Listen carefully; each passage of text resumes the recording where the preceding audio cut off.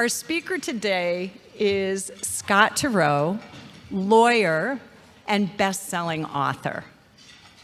Scott spent his early growing up years in West Rogers Park, a very Jewish community where I understand the elementary schools pretty much emptied out anytime a Jewish holiday was being observed. Scott's grandfather thought that organized religion was the greatest swindle in history. His father, who was an obstetrician, knew that he believed something. He couldn't define quite what it was, but having observed the experience of birth, he knew that he believed something. Scott calls himself a secular Jew, and he also calls himself a spiritual person. He believes in the community of humanity. He believes in our incredible capacity for great goodness, while also acknowledging that those impulses are not universal. He agrees with Martin Luther King Jr. that the arc of justice, that long moral arc of justice is long and that it bends towards justice. Let us hear more from Scott Turow about how the law has evolved over the course of his practice. Join me in welcoming Mr. Scott Turow.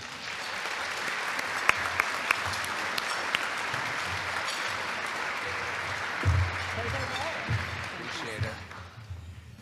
Good afternoon, all.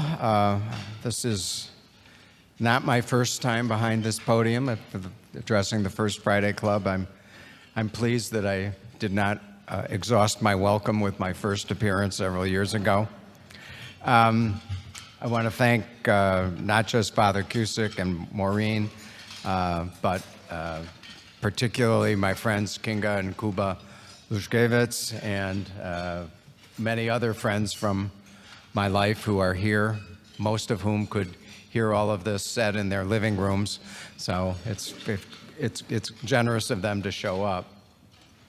When our good friend, Father John, asked me to give this speech, I figured he wanted me to give a typically lighthearted account of my life as a best-selling novelist, or to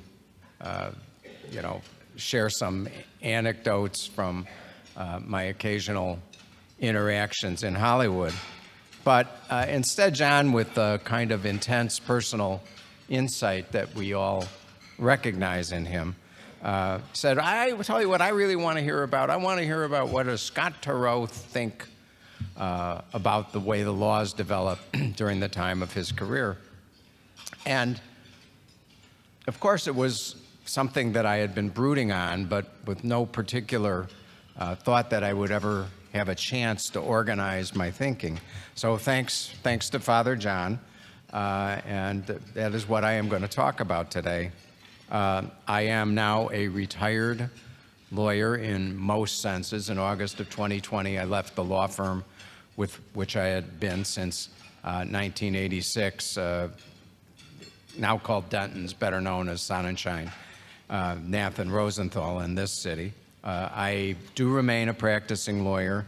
I do not have any paying clients anymore, and I feel somewhat relieved to be able to say that.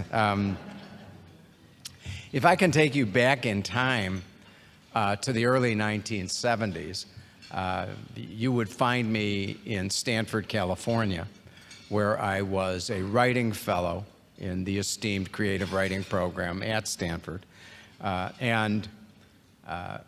It was not my dream to be a lawyer. It was never my dream to be a lawyer. I wanted to be a novelist from the time I was 10 years old. I was sort of following in my mother's footsteps. And I was thrilled to be at Stanford, where many novelists whom I admired had been there before me, people like Larry McMurtry and Ernest Gaines, and I could go on and on. But and I found my time at Stanford to be both a good time and a bad time. It was a good time because I was surrounded by many talented young writers, and it made it feel much less audacious to be saying, you know, I want to be a writer, I want to be an author.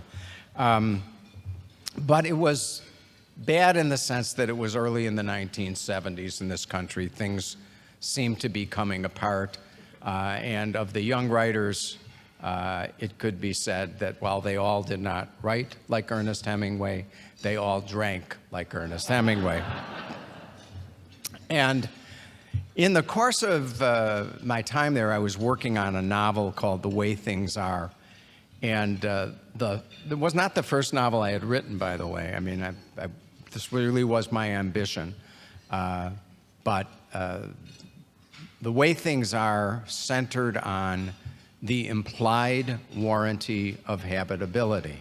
And it probably will not surprise you to find that a novel about the implied warranty of habitability was not warmly welcomed in New York. It was rejected by 24 different publishers. Why was I writing about the implied warranty of habitability? I'd started out writing about a rent strike in East Rogers Park, an imaginary one. And I had discovered that the law in terms of landlord-tenant relations was changing. Recently, American courts had started implying this warranty of habitability. For centuries, the English and American law had followed the fiction that when a tenant rented an apartment, she or he was acquiring the right, basically the air rights, to live over the land that the landlord owned. Suddenly, American courts were saying, well, that doesn't make any sense. And when a tenant signs a contract, there is implied in that contract a promise that the place that they're renting is going to be habitable, that is fit to live in. And although the novel was a failure, my brush with the law was not. I looked around, I realized that those of my friends who were not young writers were, for the most part, young lawyers. And I looked at myself in the mirror one day and said with some disbelief, "Do you want to be a lawyer?" And there was a note of contempt in my voice because I'd been brought up in that tradition. My father, I like to say, was a prophet in his own time. He was a physician who hated lawyers long before it was common for doctors to do that. But I found in the implied warranty of habitability something extraordinary, the notion that the law could change and embody the sort of moral intuitions of a society as the society was changing. And that promise seemed to me something that I wanted to be involved in, particularly since I had decided after teaching for 3 years at Stanford that I was not cut out to be an English professor. And so I went forth, I went to law school, I became a lawyer, and I don't regret it. I've had a wonderful and blessed career, not only as a writer, but also as a lawyer. And when John invited me to speculate and reflect on what's happened in the law during my time in practice, which began in 1978, I did, as I said, welcome the opportunity. And, to some extent, it's like the old joke, I have good news and I have bad news. But I do want to emphasize that in my own view, the good news outweighs the bad. And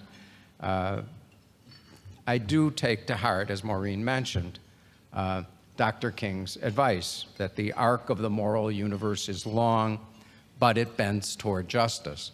And I think you can prove that through a dispassionate and objective look at what has happened in American law during my time in practice. Now, in talking about things like women's rights or gay rights or the criminal justice system, we are inclined to say, well, our society has changed. And that, of course, is true. But a lot of the changes that I'm going to be discussing have actually been embodied in changes in the law. And the changes in the law have made the changes in the society possible. The other thing I have to say is that I don't want to be a Pollyanna when I say things are better across many fronts. And there is a psychological phenomenon, I think, that the obstacles ahead seem more important emotionally than the progress that we've made going through time. And I just think that's the way it is. If I talk about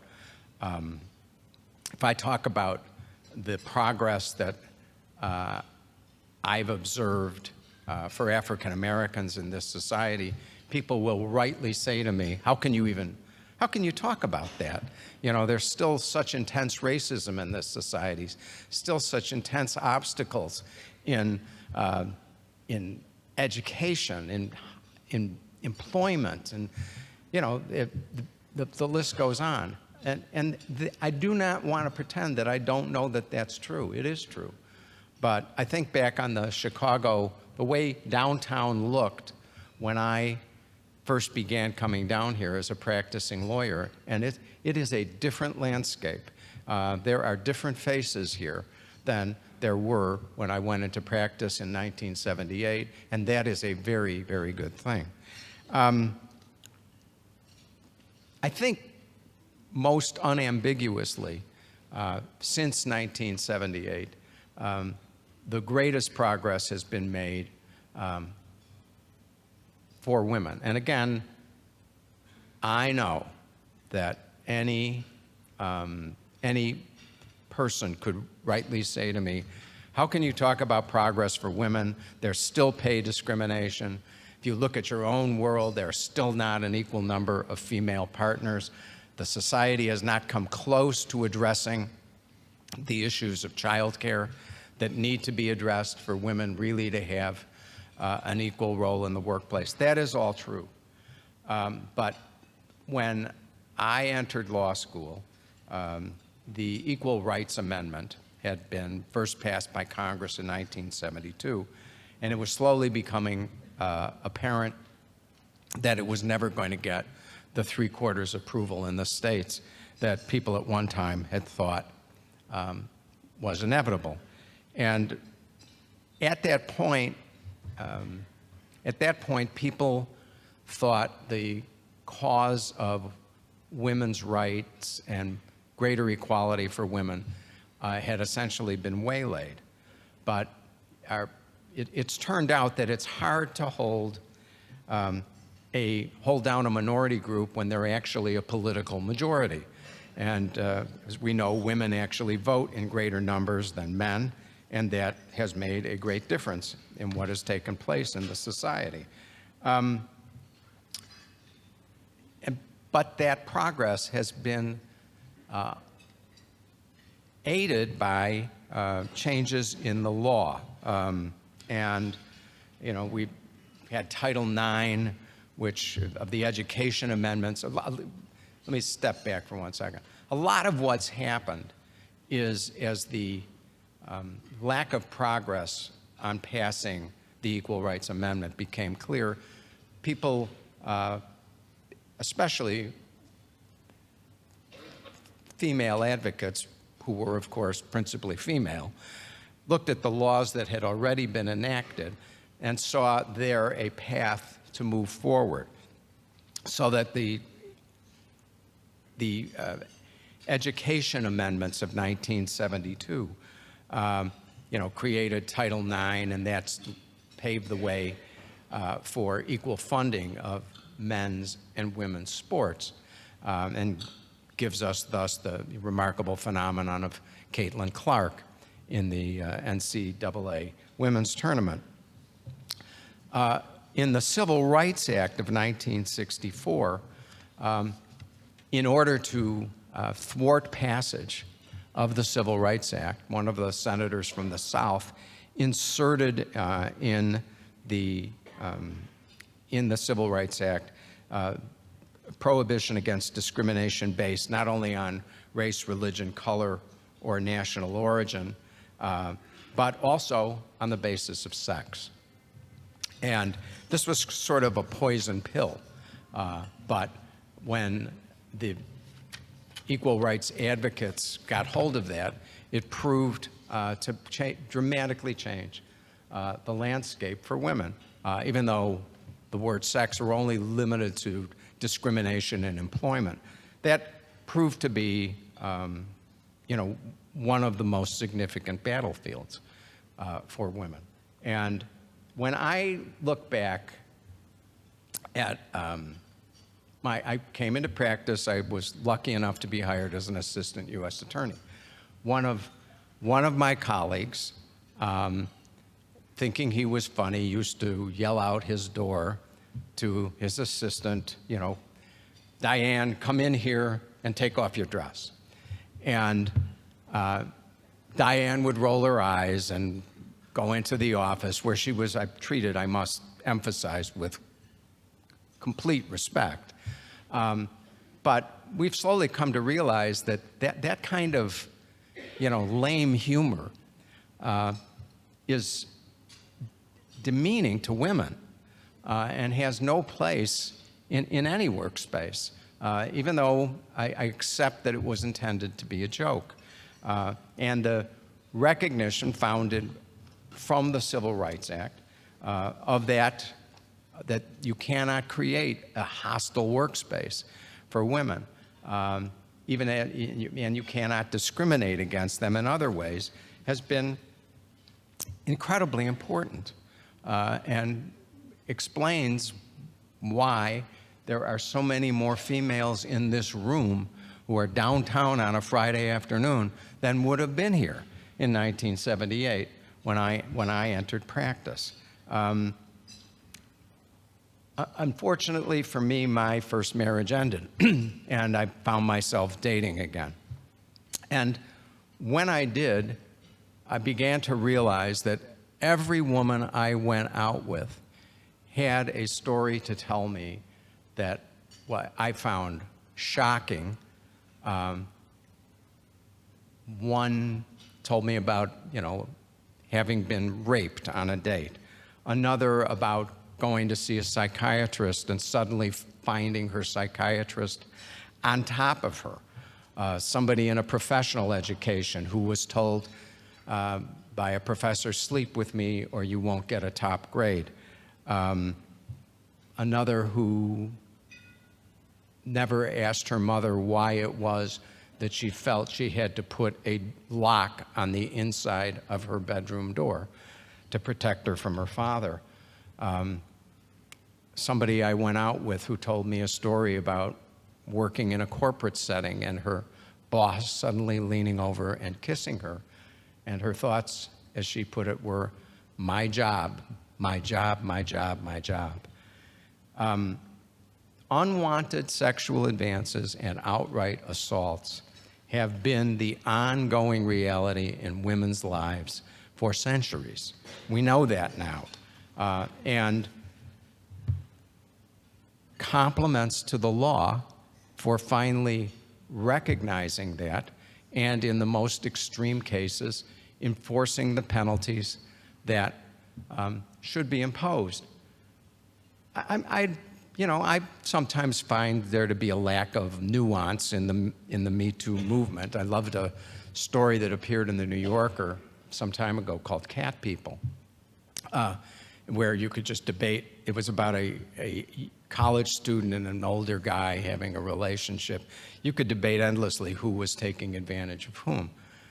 But at the extremes, in the cases of Harvey Weinstein or Bill Cosby, they are criminals. And I say that even though I know Bill Cosby's conviction was overturned for reasons that I can certainly understand.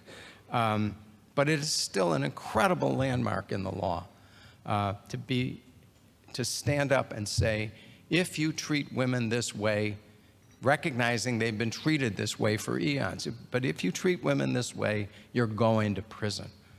You're going to be denounced as a felon. and you're going to be punished. And that makes a gigantic difference. I know there are probably, especially women here whose, arguments with me would say, how can you say what you say about progress for women when they've taken a giant step backwards with the Dobbs decision? What was a constitutional right is no more. I probably won't get time to get to Dobbs. I have, my own views about it. I recognize that, but there's a kind of, political schadenfreude taking place for those who wanted to see Dobbs overturned and are now being punished at the ballot box for having done that in state after state. Another area where progress, I believe, has been real. I went to an all-male college, and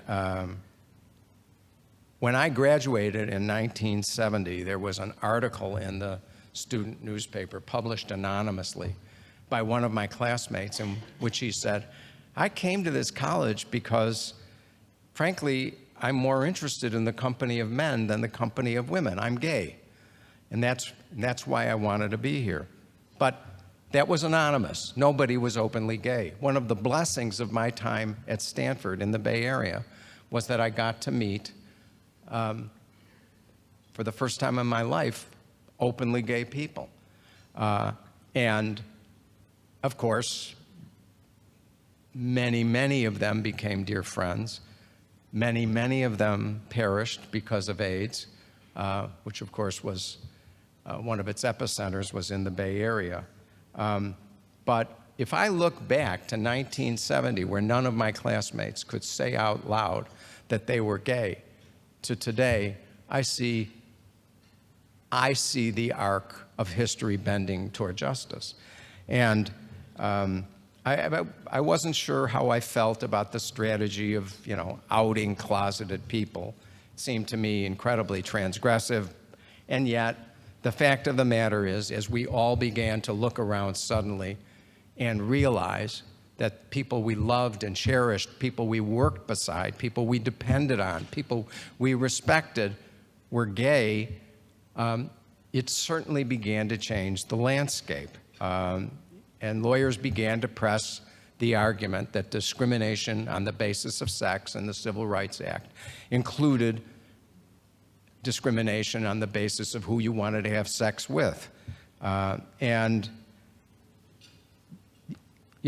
remember watching the movie Philadelphia, which was, I think, a landmark in our national understanding of gay rights. And you have to remember that Philadelphia was at heart about a lawsuit brought by Tom Hanks's character, who had been fired in a Philadelphia law firm because he was suspected of having AIDS and for being gay, and he was represented by, reluctantly, by an African-American attorney played by Denzel Washington.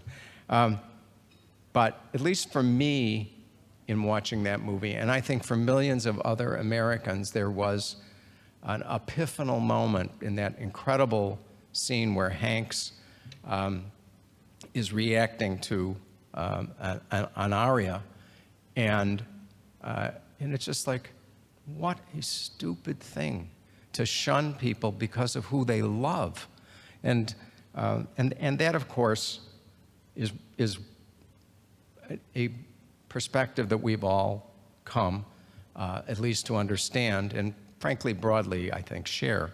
And I don't pretend that, despite having many close gay friends, I don't think every landmark I instantly responded to. The idea of gay marriage, I had debates within myself. I understood those people who said this is for, procreation. Of course, we've all come to see subsequently many wonderful, loving families with two moms or two dads. But it was a new concept then. And yet, what I accepted and what came to be obvious to me is a system of laws that says there is anything as important as marriage, that cannot be conferred on a group in the society, is so inherently discriminatory. It's as bad as separate but equal. It is just separate but equal by another name, and therefore I welcome the Obergefell decision. And I have to say, when Adrian and I got married, and thanks to the blessings of our friend Ann Burke, who's sitting over there, 6 years ago, I hope I've gotten that right, 6 years ago tomorrow, not only did I not feel that ceremony was diminished by the fact that gay people could marry too, but I know Adrian and even myself well enough to feel that it would have felt completely hollow to us if we were getting married knowing that people we loved could not have the same opportunity to solemnize and sanctify their relationship. So that's the good news. On matters of race, there is not all good news.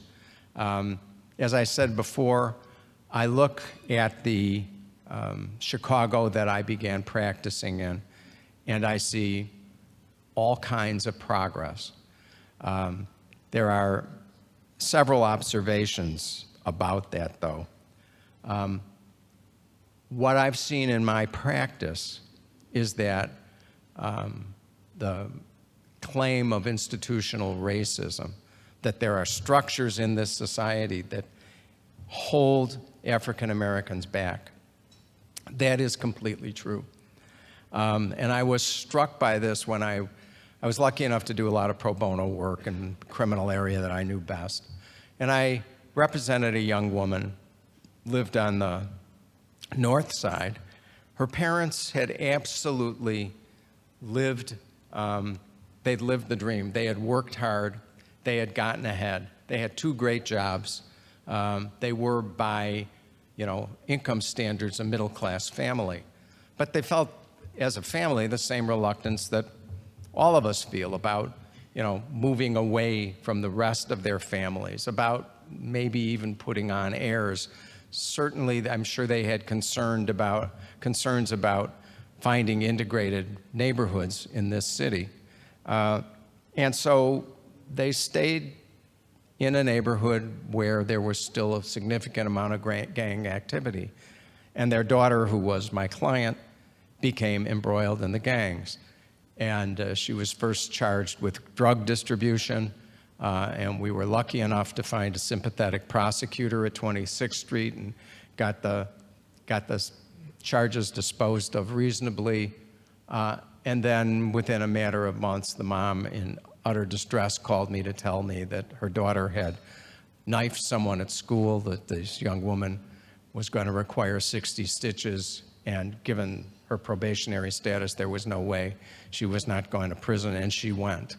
And she went because of what I said, that the parents really couldn't, whatever economic progress they'd had, they still didn't have an equal life by any means.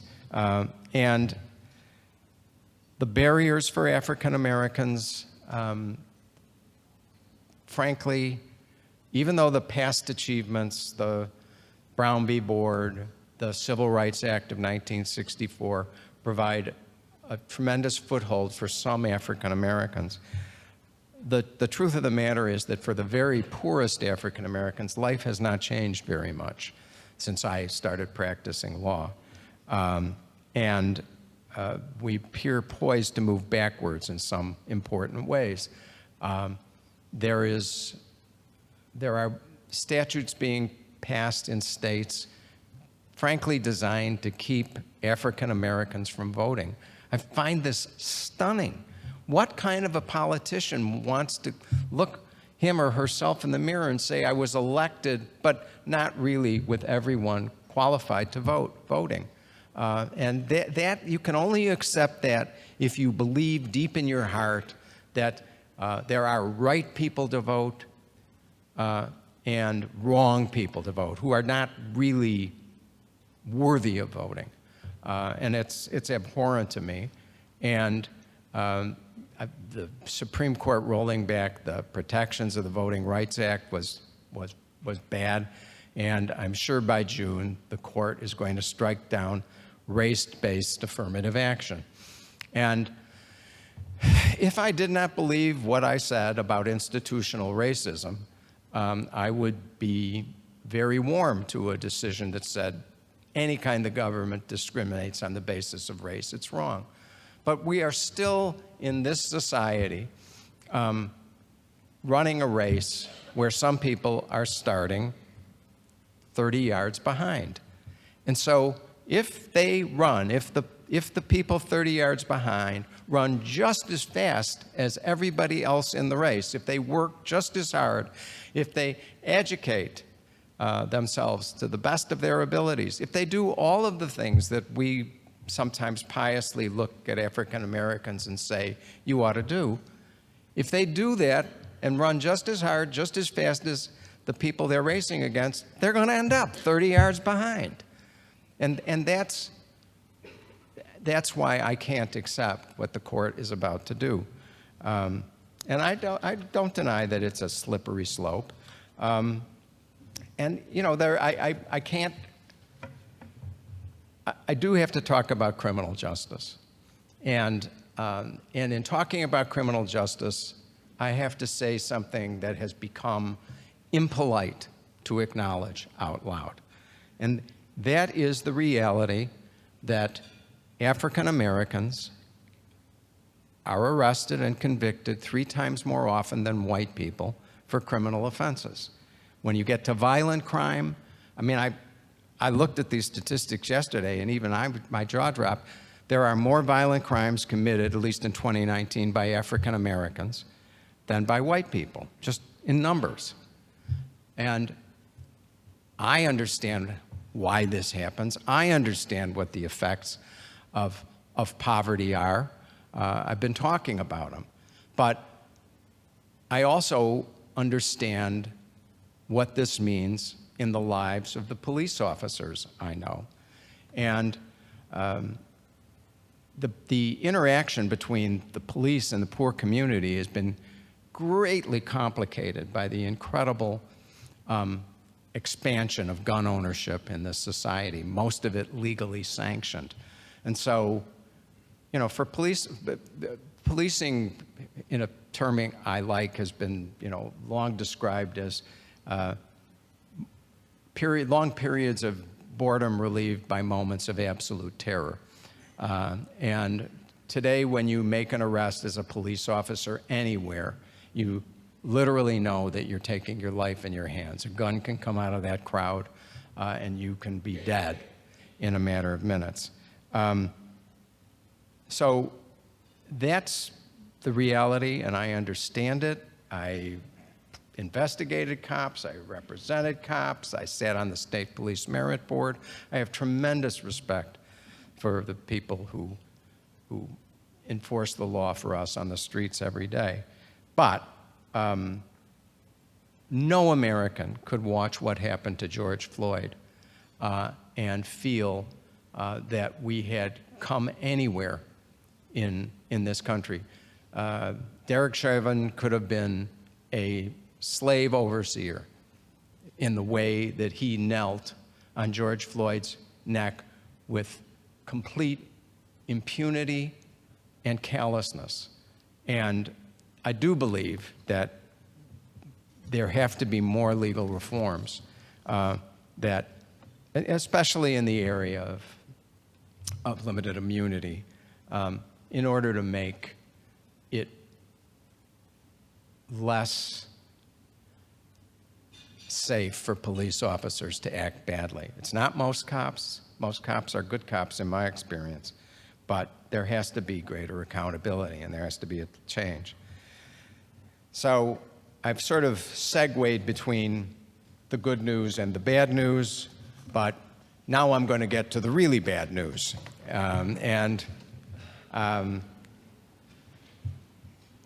The single worst development in American law took place at the end of my first year as a law student.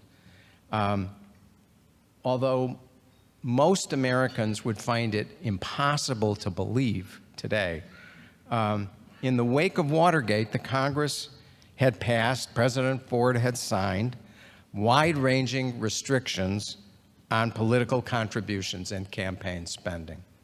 And led by U.S. Senator James Buckley, a conservative senator from New York, and an odd coalition of political bedfellows that included the American Civil Liberties Union, they challenged the restrictions in the Campaign Spending Act and said they violated First Amendment rights.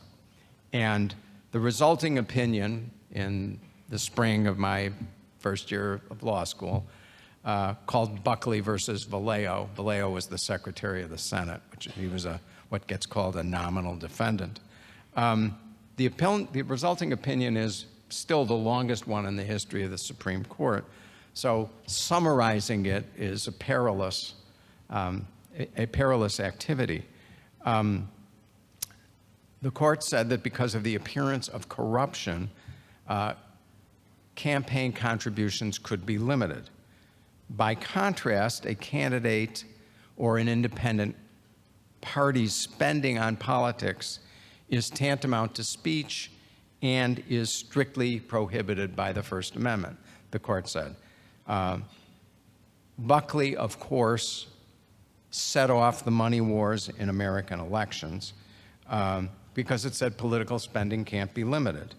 And it struck down any limits on spending by individuals, meaning that billionaires had an inherent advantage in running for office because they could self-finance. And that means everybody from Tom Steyer and Ross Perot to Donald Trump, because they started with their own base of support in their pocketbooks.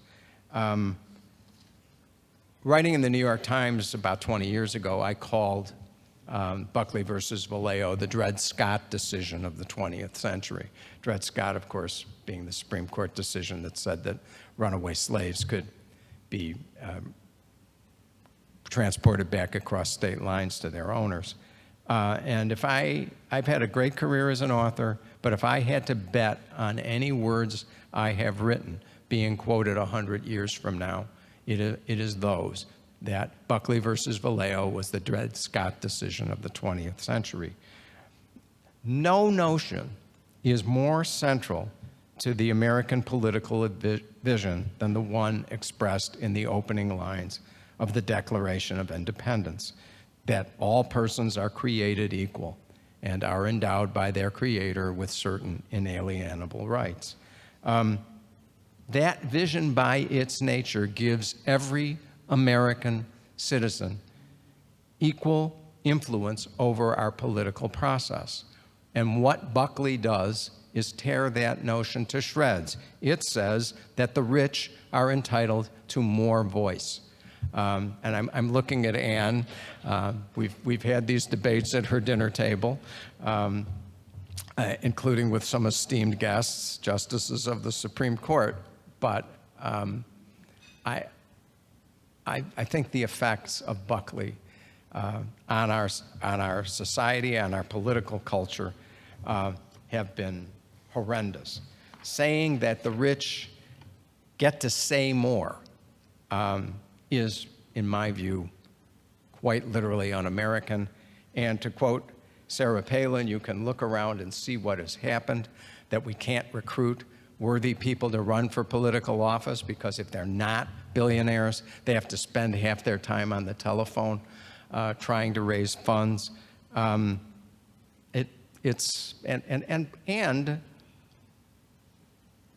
last consideration, as the rich exercise their rights, their First Amendment rights, they drown out the speech of poorer citizens who simply cannot compete. And the notion that those First Amendment rights related to political spending can't be limited I find that ridiculous and depends on distinctions that I find hard to accept. We spending money on politics is conduct. I don't pretend that it doesn't have strongly expressive elements. I know that. So does nude dancing. Nude dancing has been recognized by the court as protected by the First Amendment. But that has not kept municipalities from being able to enact restrictions on so-called secondary effects, like what it does to the neighborhood. And being unable to recognize the secondary effects of unlimited political spending just seems incredibly wrong-headed to me. Well, I'm as long as there's applause, it's a good time for me to stop. I'll have time to take one or two questions. So thank you all for listening to me.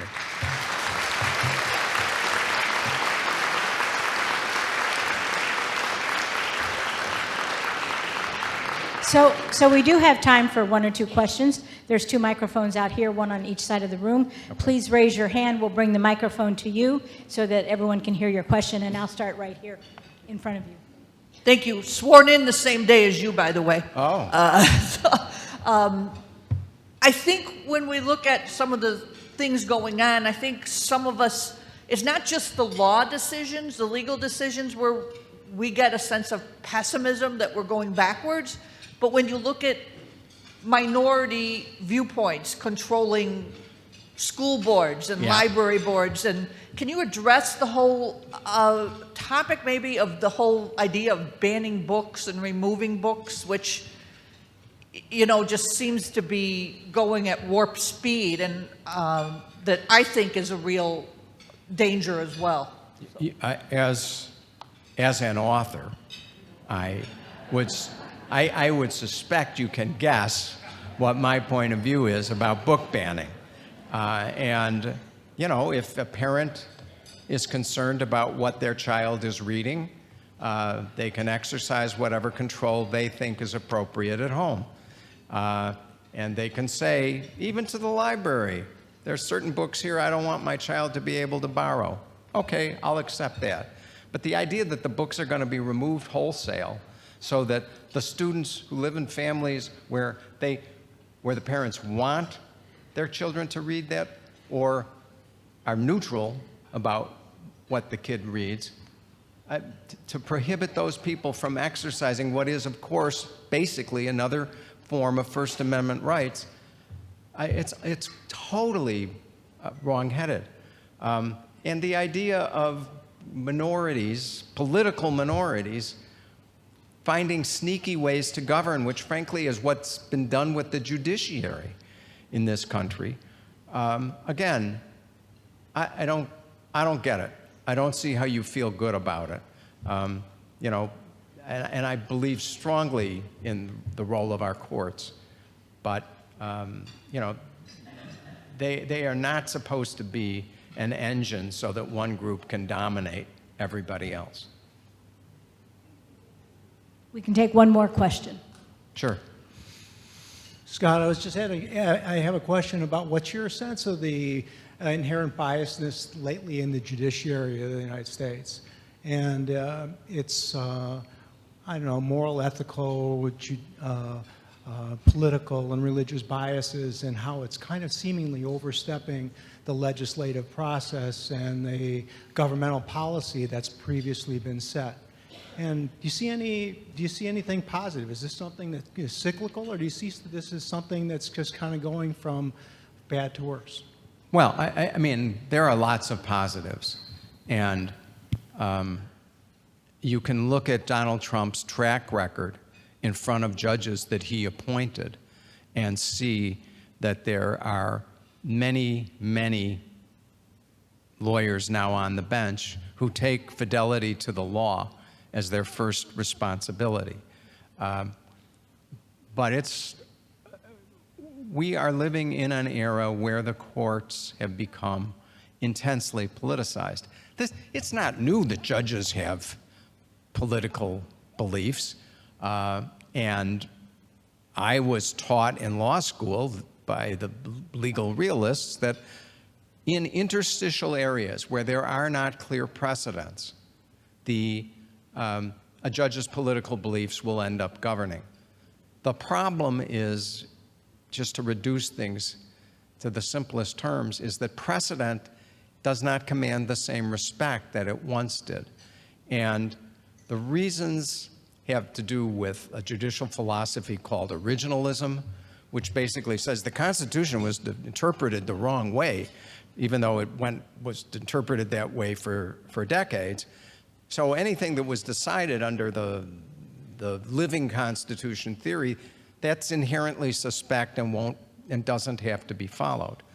And, you know, decisions like Bush versus Gore, where nobody believes that the 9 justices who voted any differently on that case than they did in the election booth, have not helped the public perception of politics in the courts. And we're obviously headed in the wrong direction. I do think Justice Roberts would do his best, has tried to do his best for years, but he's no longer has the votes to apply the brakes. And overall, I believe respect for precedent is imperative to our judicial system, and that precedents should not be overruled except with a supermajority, say 6 votes in the Supreme Court. And that would mean, by the way, that neither Citizens United nor the Dobbs case would have been decided the way they were. Dobbs is the case that threw out Roe versus Wade. So anyway, I thank you all for your attention. I get worked up about these subjects. I apologize, but it's one reason that I have taken such great joy in practicing law. So thank you all for being here.